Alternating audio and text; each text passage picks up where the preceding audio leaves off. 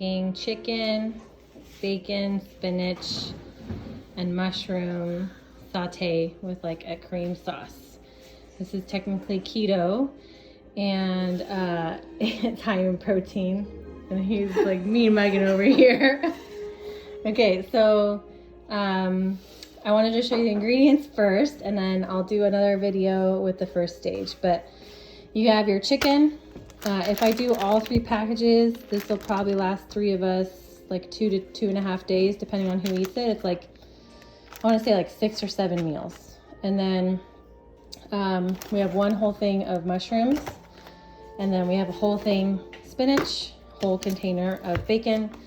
Usually it's half like a heavy cream, but you can use whole milk, just use less of it so it's not too watery. Chicken stock, an onion, and then Parmesan cheese. And then for another seasoning, you'll just use the dried garlic and probably a little bit of salt and pepper. And that's it. It's pretty easy. So I'm gonna start prepping. And what I do is I cook my proteins first. So I'm gonna chop this up, and I'm gonna chop up the chicken, and I'm gonna cook them in a little bit of oil with pepper and salt. So that's the next step. We're going to wash the chicken. It's important that you wash it and dry it just to get off all the icky slime, because you're not going to want to eat that. Plus it helps you just check to make sure that the chicken you got is okay, because sometimes we've gotten chicken from Costco, and even though it'll have like the Best By date, it won't be actually that good. And you can smell right away, it'll smell really bad, and chicken does not supposed to smell like that. So I'm just washing it. I got a couple paper towels over here. Once I give it a good wash, shake it, put on the paper towel. And you're gonna wanna rinse the packages from the chicken like juice that's in there. If you throw that away with the juice in there, it's gonna really take up your garbage more than the diapers normally will. Okay, shake it. And the last package here. I feel like I should add this to you too. Put it on cold water so that it doesn't accidentally cook the chicken.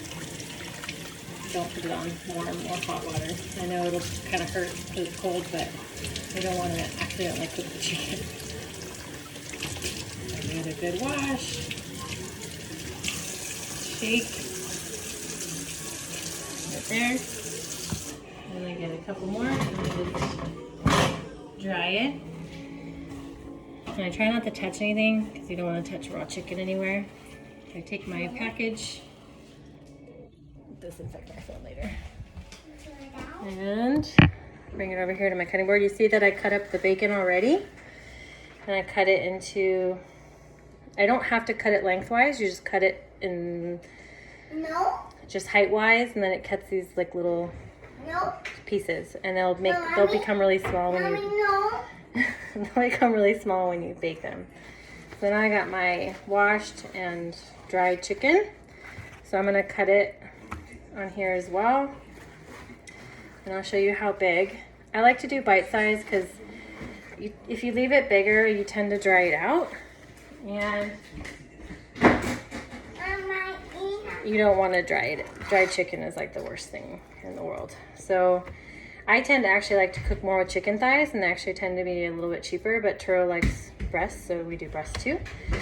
So you just cut it, and you want to do like square pieces, like a little bit bigger than the bacon pieces. A little bit bigger than the pieces. Hold on, baby. So another square piece. So I'm going to keep cutting these, and then I'll show you what it looks like at the end. I put my chicken into the pieces. First day I only did 2 packages because they felt really big. So I just did 2 instead of the 3. And I'm cooking the bacon first. You don't want to cook the bacon and the chicken together because then the bacon won't get crispy and brown and get that flavor. And I like to fry the chicken in the bacon fat versus adding oil. So I'll cook the bacon first until it's done, and then I will take it out, put in the chicken, and then after the chicken's done, I take it out and I start the sauce. That's what the end result right there. Now I'm cooking the chicken in the bacon fat, and I'm going to season it with salt, pepper, and a little bit of the dried garlic. You can put the garlic in beforehand, but since we already put the bacon fat, it's okay. It'll all cook together and the garlic will soften up and give it some good flavor.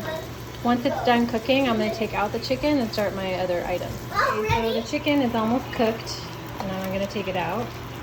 I cut up, while that was cooking, I cut up the mushrooms into slivers because the mushrooms have a lot of water in them, so they shrink a lot when you cut them, so you don't need to cut them very small. Then I cut up the onion, which was a small to medium size, and I did it in like just little squares. So you don't want it too big. It's mostly to give the sauce some flavor. Take it out, and you can see that it fits in that bowl. Here's this bacon, and you have the leftover juice from the bacon fat and the chicken. So some recipes will tell you to throw it out, but I find to leave it because then you can add in less chicken stock. These already have a ton of flavor here, and you don't need as much liquid. So to this, I'm going to add in the onion, and I'll cook that for a little bit until it softens, and then I'm going to add in the mushrooms. Now that the onions are translucent, which is what, like when they get a little clear, now you're going to add in the mushrooms. There we go. Just mix them in. And these are going to get really tiny really fast. Magic video will be next.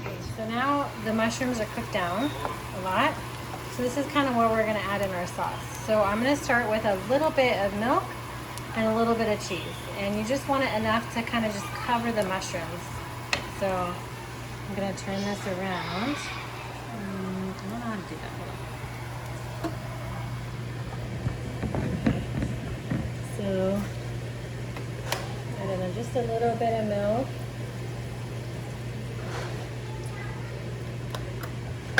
And add in the cheese. It's mostly cheese to make it creamy. The milk just helps it dissipate. So now, if you look here, I kind of covered the mushrooms in this, and so I'm going to stir it. And I'm going to see how much sauce we have once this boils down. And if I need to add more milk, I'll add a little bit more milk. You just don't want it too watery. Again, you can use heavy cream, but I never usually have that in my fridge, so I tend to use whole milk because it's what I have available. I actually didn't put any chicken stock this time because I had enough leftover juice from the chicken. Sometimes the chicken is not as fatty, so it won't release as much juice. This time I didn't need to. So this is just milk and cheese, and I'm gonna wait for the cheese to melt and see what I need to add more of. So this is kind of the tricky part, is kind of getting the balance. I added a little bit more cheese, and you can see when I pull it away, it kind of, you can see the pan for a little bit. That's a good consistency. So now I'm gonna start by adding back my chicken and bacon, and then I'm gonna add in the spinach. Okay, so the chicken and the bacon are added. So I'm gonna stir this all together. And once this is mixed, then I'll add in the spinach.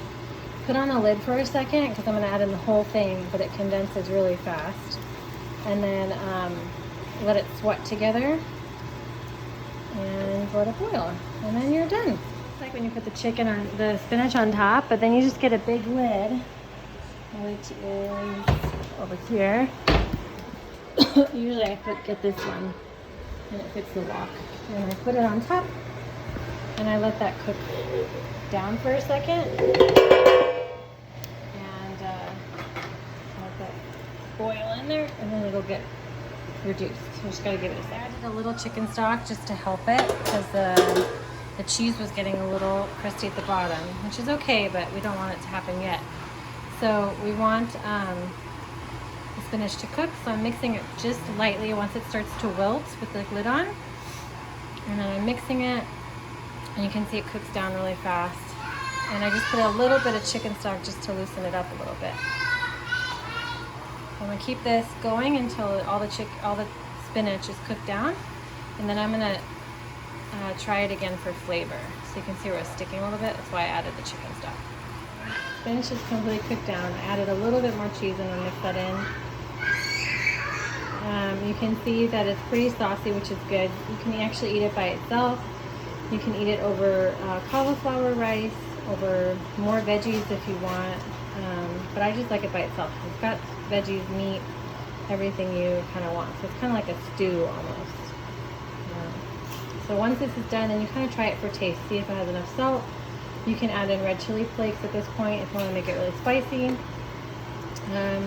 can add in a little more pepper or anything you want to see as you see fit. And then that's pretty much it. Ta-da!